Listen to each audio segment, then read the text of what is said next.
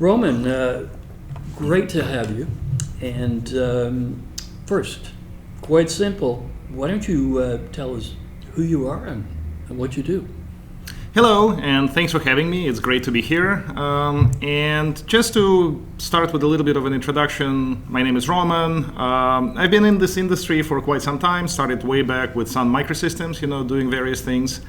Went through a couple of, different startup companies, big companies, and now I ended up being a co-founder of my own company called ZEDEDA. We're an edge computing company. Fantastic. Tell me this, are founders wired differently? Why did you want to start something like this? I think, in a way, yes, they are. I think it's sort of, if you know this whole, analogy of pioneers, settlers and town planners, you basically have three kinds of people, and that's very much true. All three, by the way, are absolutely needed. But I think, founders are basically pioneers, right?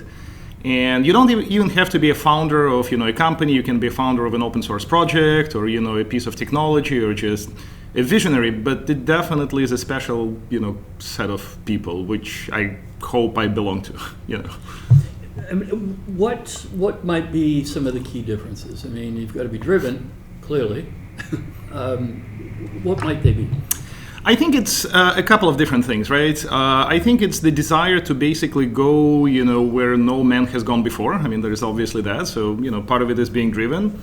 Part of it is, trying to recognize, where the puck is going, the proverbial puck is going. And part of it is just being completely unsatisfied with the status quo, which actually gets us a little bit to why I ended up in edge computing. And ironically, that's my next question. What brought you into the edge market? So you've sort of answered it, so how about a fuller answer? Exactly. We were talking just before this interview began about, what edge is and what it isn't. There's different views on what could, be sort of called edge. I actually have a very simplistic view. To me, edge is the last final cloud that we have to build. Because if you think about it, the entire IT industry is on this tremendous shift, to basically move pretty much, I would say, 80 to 90% of the workloads, into the cloud. And again, when I say cloud, I don't mean just public cloud. It could be the same set of APIs that you get from your IT department. It still can be a cloud-like set of APIs, even though the servers belong to you. They don't belong to like a hyperscale provider, like Google or Microsoft. So in that sense, my view of the edge is that it is the last cloud that we haven't built yet. Because very simplistically, it is, a set of computers that are not locked inside of data centers that are all around us, right? But the set of APIs we need to give to those computers are essentially exactly the same set of APIs that we expect for computers, locked inside of data centers, whether they belong to Google or they belong to, Morgan Stanley. And to me, not only it is that last final cloud that needs to be built, it is, and here I'm going to be maybe a little bit controversial, I think it is the only cloud that will remain belonging to the people. Everything else will be absorbed by the hyperscalers. So back to your question of what sets founders apart from other people, if you want to have fun being an independent company, an independent just technologist, well, unless you're doing edge computing, your options from now on are only joining Google, Microsoft, well, the names. And if you want to stay on your own, I mean, edge is the last refuge for the kind of people who still want to actually control their own destiny. The final frontier? Exactly. Shifting gears somewhat, why don't you talk about what your market focus and size is? The company is still pretty small. I mean, we're a venture-funded company out of Silicon Valley with headquarters in San Jose, pretty close from where we're talking. We are still on our round A, financing, which we raised this year, January, February timeframe. The company itself is about, 40 people in size. Most of it is, by the way, engineering. So we're still a pretty small company. We do have a few customers and a few verticals that we focus on, and these days it happens to be either clean energy, sort of production of energy, distribution of energy, oil and gas, and we're starting to focus on a retail vertical a little bit as well. So basically, anybody who has the amount of, like I said, these computers outside of data centers that are numbered in at least hundreds is a pretty good customer for us. Maybe you can explain the physical product you're developing and creating. So the product is actually, in a way, very simply divided into parts. So there's a part of the product that runs on those devices. And by the way, I know it's a podcast, so you don't get to see a visual, but maybe I can just show you. And maybe we can actually include it.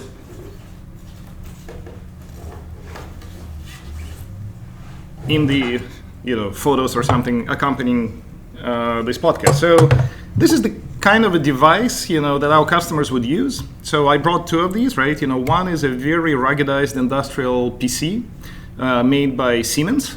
And if you look at it, I mean, it's basically the size of the Raspberry Pi, right? Now, unlike the size of the Raspberry Pi, this device actually costs around $1,200. So, a pretty big price difference. And typically you would find them, even though it's manufactured by Siemens, but you would find them in a lot of places where you would typically not associate with Siemens, like, retail locations, airports, places like that, right?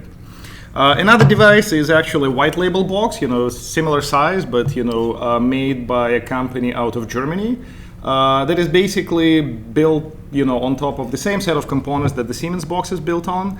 And all of these devices are, typically they have Intel CPU. We can actually talk about, this perception that ARM is everywhere on the edge. It's not, at least we are not seeing it. It typically has an Intel CPU. It typically has, 2 to 8 gigabytes of RAM. It has, a few dozen gigabytes worth of flash. So it's not really a tiny, super constrained device that, IoT people know and love, right? It's kind of like a small server, right? So getting back to your question, we basically have a set of, a piece of software that runs on this device. And when I say runs on this device, it means that it controls this device end to end. So it basically is a replacement for all of the software that you would run on this device, because it boots and it starts, running, it talks to the cloud, and that's where the second piece of technology kicks in. So the control plane for what's running on the device is running in the cloud. It's the second piece of technology that my company is building. It's a controller, that is provided as a software as a service, to our customers. And that controller allows you to orchestrate different kind of workloads and, make these devices do whatever you want. The first piece of software is completely open source. We look at it as Android-like operating system for the edge. We really want it to be, as ubiquitous as Android. It belongs to Linux Foundation. We are founding members of the LF Edge. So anybody can take it, do whatever they want with it, help us develop it. Of course, the piece of technology that is the control plane sits in the cloud. That's fully proprietary, closed-sourced, and delivered to our customers as software as a service. And it leads to the next question. Are you educating a market or arriving just at the right time? See, that's, getting back to what sets founders apart, from the normal people is this constant, sort of ability to live in the uncertain, shadow or, twilight zone of like, are we too early to the market? Are we just in time, right? I hope we're just in time, but there's still a lot of education of the market that needs to happen. So I think it's both. What are you most excited about in your business these days? To me, in any endeavor that I personally take, the most of the excitement actually comes from helping the customer achieve, a particular kind of outcome. So, again, we have a, energy, sort of clean energy production, company that is one of the customers. And, one of the projects that we're doing with them is basically optimizing the cost of clean energy production, wind energy in this particular case. And what sort of makes me really super excited about this project, it's not even a technology, but this, potential that we can actually make it much more economical to produce that type of energy, make it less, costly than, traditional energy, and finally, start taking out all of the existing energy sources and replacing them with clean energy. That's great. Looking to the future, what do you see as the future of your firm? Well, we obviously want to be, the next Google, Amazon, Facebook, all of them combined. I mean, if you're building a company, you might as well put yourself up to a big goal, because otherwise what's the point? But honestly, I think, again, in this framing of, looking at the edge as yet another cloud, that's the only way you can approach, what is it that you're building. And I think that's actually what sets us apart, quite nicely. Because in this ecosystem of edge computing IoT, there is a lot of companies that solve a particular sort of problem. They essentially end up being a piece in a bigger puzzle. We're basically rethinking the complete, problem statement. And it's exciting, but it's also, dangerous, and it's, it comes with a lot of risk. But I think that's the only way to build a startup company. If you want to build something, just build it big. I mean, and that you've just the next question was, tell me about the vision you have for your business. But we basically want, right, exactly. We want, honestly, and that's why I keep coming back to this analogy of Android, because I lived through the transition in the mobile ecosystem, where you and I remember, like the first phones that came out, Nokia, Ericsson, they were all sort of embedded computing, all of the applications were incompatible. If I liked my game on a Nokia, I couldn't run it, on my Ericsson phone. And then all of a sudden, iOS and Android happened, and we basically ended up having this unified ecosystem where everything now runs just two types of, operating systems, right? Pretty much anything. So where I really would like to end up is with this project Eve. Eve stands for Edge Virtualization Engine. That is the open source part of what we're doing. I would like it to become as ubiquitous as Android is today. I would like every single device that's out there that is not running Android to run Eve. And that's my final ultimate ambition. Wonderful. And it may sound like an obvious question, but what drives you to keep moving toward that vision? I really feel that one of the goals, or one of the ambitions, as you put it, that we have is to finally unlock what used to be known as IoT. Now, people start rebranding it as edge computing for the majority of developers. Because the problem is, and again, I'll keep coming back to this mobile analogy, right? The problem with mobile wasn't even the fact that the hardware kind of was, not really up to speed, and, it was super fragmented. The biggest problem was that developers couldn't really produce a single application that would then run on millions upon millions of devices. And without that ability, the economics just wouldn't work in favor of somebody who would want to just stay a developer of an application in that ecosystem, because again, then you would have to, be sort of constantly faced with the problem of like, do I develop for this platform or that other platform? It is only when you have a unifying platform, you can basically have millions upon millions of developers essentially creating the value and the applications that make that platform super successful. And I think, to me, that is the ultimate goal of unlocking this ecosystem for the kind of developers that are developing today for the cloud. Wonderful. Where do you see your business in the next 5 years? Which, boy, that's an eternity in this. That is definitely a lot of time in a startup, lifetime. Well, I still see us as an independent business. I mean, that's for sure. I think between now and, let's say, 5 years, we have a lot of potential for building a really strong customer base. We would like I said, to make sure that every device that comes out of, a factory in Shenzhen or, anywhere in the world actually gets Eve pre-installed, just like Linux or Windows gets pre-installed today. We feel that we have a potential for growing a really compelling developer ecosystem and basically developing an app store-like concept, around the platform that we're developing. Because it's always difficult, right? It's always a chicken and an egg problem. Like, you don't invite developers to the platform that's not ubiquitous, but you don't make your platform ubiquitous unless there is enough developers to actually make applications that are interesting on that platform. Yeah. So I really feel that in 5 years we can actually finally crack that riddle and essentially have, at least as compelling, of an app store, as, let's say, Google had, when they launched Android, about 10 years, I guess, ago by now. That's right. And coming back to the present day, maybe a difficult or easy to answer. What do you think is just a fad right now that anyone doing should stop doing? That's a really good question. I think there's a lot of searching for the killer app for the edge, and that's in a way a right way to think about it. But a lot of the apps that are being sort of offered, I don't even see them, I don't see them as killer apps, and I think they're a little bit of a distraction. So, I mean, I understand all of the exciting, sort of hype news about, let's say blockchain technology, right? And some form of it may end up being a, useful application for the edge computing. But the amount of focus on just that alone, makes me think that people might as well spend their time elsewhere. Well stated. What are the top 3 things on your sort of bucket list / vision board right now? As usual, I mean, it's actually, I don't think it changes, from a founder to a founder. So it's basically growth. I mean, as a startup company, as a small company, all you do is grow. And you grow in basically 3 different areas, right? You grow your customer base, obviously you need to sell. You grow your team, you need to get as many great people, awesome people, to join your team, to execute on your vision. And finally, you grow your basically, I would say, people would call it marketing, but I say just grow your education potential for being able to lead the market, not to follow the market. So it's growth in these 3 different areas.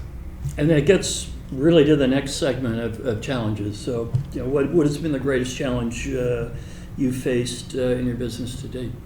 I think one of the greatest challenges is looking at the market that is essentially full of legacy today, and it is extremely fragmented.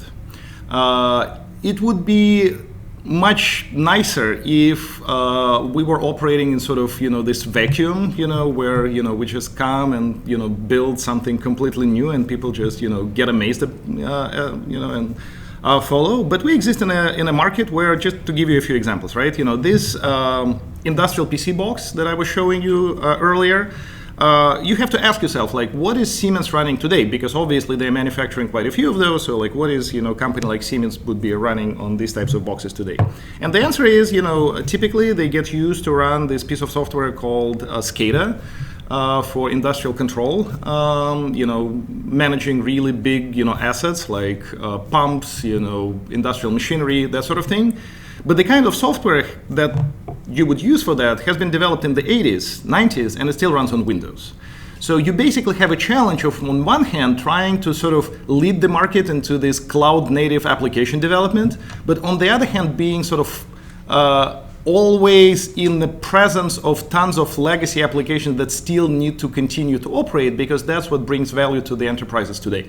So that, huge gamut of the kinds of applications that needs to exist at the edge, I think this is one of the biggest challenges.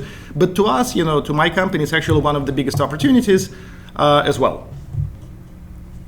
And you could probably have the same answer when I ask you what your biggest challenge in the future might be. Yeah, I think, that's exactly right. I think, we need to keep unifying, this set of applications. And one of my, previous startup companies I've been at was Pivotal, that was recently acquired, by VMware.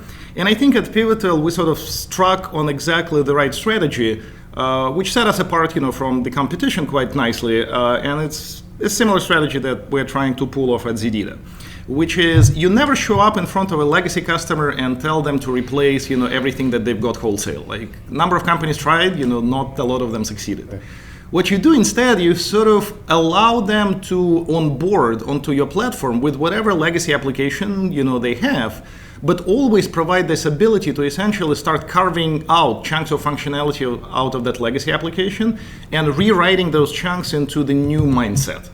So when we talk about, cloud native edge computing, it means that you would have to take something like a SCADA that runs on Windows and allow it to exist on the same platform where you would be running serverless and Lambda, right? But that seamless integration of the two would then allow the customer to really start paying you. And at that point, you become not just a vendor of the technology, but you become a trusted partner for that customer's journey through the digitalization of their business. You basically become somebody who they always turn to help, rewrite yet again and yet again the next bit of functionality, and finally, maybe in 5 years, maybe in 10 years, who knows, get rid of that legacy application, but not wholesale. Do it step by step, do it bit by bit. Final challenge question. When you meet with unexpected challenges, how do you typically handle them? Well, the good news is that I'm actually not the only founder in the company, and I think that's been a tremendously successful decision, definitely on my part, but I hope all the rest of my 3 co-founders would agree with that as well. It's all about the team effort. And obviously people say it like that, saying that, well, it's a team effort because it's a company, it's a team. But what I mean is much more specific. What I mean is, like, if you actually have a team of founders and you're not the only founder, you always have other people as a team to help you through any kind of challenges and any kind of planning, any kind of pivoting, which again a startup company has to do and has to be prepared for. You always tackle it as a team internally, even before you start, leading the sort of more of the external team, basically the rest of the troops in your company. You always start tackling it as a team of 4 co-founders, and it's a much, much, much better situation to be in, as opposed to being a lone, wolf, trying to lead the pack. If you could go back in time, what advice would you give your 20-year-old self? That is such a great question. I've been actually thinking about it, for a long time. And in fact, it's funny you should mention it, because I actually gave a presentation once, to college grads, basically with the title like, Time Machine and Advice from Roman, like the whole shebang. It's a great question. I think, I would tell myself to be much more open-minded in terms of what kind of a technology impact you can expect from different pieces of technology. And let me be very specific about what I mean. When you're younger, the tendency typically is to build your sort of reputation and, build your personal brand around excellence in technology. I mean, at least that was my case. But it turns out that as a business person, that is not necessarily the best metric. It is not necessarily that the best technology wins. What does always win is the technology that addresses a customer need right there and then. And I'm not saying that you can just build, really bad technology, because that always is not a good idea in the long run. But you always have to be just in time to meet the customer demands just there and then. And that is a skill that needs to be developed over time, and the sooner somebody who is maybe graduating college today or high school can actually look at the problem that way, I mean, the sooner that person can be successful if they want to become a founder one day. Well, absolutely, and that was my next question. What advice would you give someone entering this segment? And you've just answered it. That's right. That's absolutely right. But I would also maybe quickly add to that. We're living in a world where in the IT industry, I see a lot of tendencies now. And again, I interview young people to join my company a lot. I see this tendency where they sort of tend to kind of give up on the holistic view of the end-to-end system engineering, and basically say like, well, I'm just a front-end web developer, right? This is all I do. This is a big market. I can probably retire being, a front-end web developer. And while that may be true, I think a lot of people sell themselves short by not really at least giving the holistic view a try. Because there is a lot of different optimizations and just thinking about a problem statement in a different way that you can do still, even though the industry is quite large, if you take that holistic view. And probably every single example of the disruption actually came from somebody taking this holistic view, end-to-end engineering of the entire system, as opposed to just building one piece of the puzzle. So my other bit of advice, would be, again, don't sell yourself short. Don't just give up on the holistic view. Don't just, narrow yourself down into a particular area. Try to keep your eyes open and see whether you can actually change the entire system. Wonderful. What was the best piece of advice you've ever received? So I've had a number of great mentors throughout my career. Some technical mentors, some business mentors. And looking back, I would say that on the technology side, I think one of the best pieces of advice early in my career that I received is always try to work with people who are smarter than you. I mean, it's obvious and it sort of almost sounds like a platitude, but I have to say it. I mean, that worked out great, and I think it also translates into the other advice that I received, which is applicable on the business side. Always hire the people who are smarter than you, right? Because that's the only way how you build a company. And as an extension of that second piece of advice on the business side, not only hire people who are smarter than you, but always hire towards an eye of completely, basically replacing your position with the people that you hire. Because that tends to have two positive effects. First of all, you really hire A-plus players, which is, the only way to grow a company. And second of all, it actually keeps yourself on your toes. Because you always look at somebody, joining the company saying, well, now they can take, 50, 80% of the job that I'm doing. What else can I do for this company? Where else can I be helpful? Where else can I bring my impact? That's right. Roman, this is, our last segment is sort of rapid fire questions, short Absolutely. answers.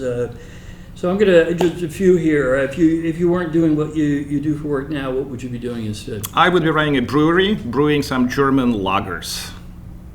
What book are you currently reading, and what books would you recommend to our audience? Actually, both. So the book is by Kai-Fu Lee. It's called AI Superpowers. It is basically about China and US standoff in the field of AI and supercomputing. Morning or night person? Definitely night person. If you had to pick one word to describe yourself, what would it be and why? Curious and irreverent. Maybe irreverently curious. What is keeping you up at night these days? Making sure that my customers are successful. What's your favorite place in the world? Silicon Valley, actually. And with that, it's a wrap, except for one. Finally, where can our listeners find you online? I actually am pretty prolific Twitter, at chagrin of my, HR department and sometimes my PR department. So you can definitely find me at rhatter. It's R as in Rome and HATR on Twitter. Roman, thank you very much. Pleasure talking to you today. It's been a real pleasure. Thank you for having me.